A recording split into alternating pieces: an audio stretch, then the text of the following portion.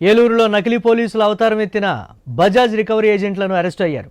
Bajaj Fincorp లోన్లు తీసుకొని తిరిగి చెల్లించని వారి ఇళ్లకు వెళ్లి పోలీసులను బెదిరించారు రికవరీ ఏజెంట్లు. దీంతో దుగ్గిరాలకు చెందిన గోవింద్ అనే వ్యక్తి పోలీసులకు కంప్లైంట్ చేశాడు.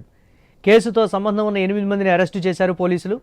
ఏలూరులోని శాంతినగర్లో రికవరీ ఏజెంట్లు సాధిక్ మేనేజ్మెంట్ సర్వీసెస్ అనే పేరుతో సంస్థను ఏర్పాటు చేసుకుని వివిధ ప్రాంతాల్లో బ్రాంచ్లు ఓపెన్ చేశారు. రికవరీ ఏజెంట్లు నకిలీ పోలీసుల అవతారం ఎత్తి అప్పు తీసుకున్న వారిని భయభ్రాంతులకు గురిచేశారు. నకిలీ సిమ్ కార్డులతో ఫోన్లు చేసి ఖాతాదారులతో ఇష్టానుసారంగా మాట్లాడినట్లు విచారణలో తేలింది.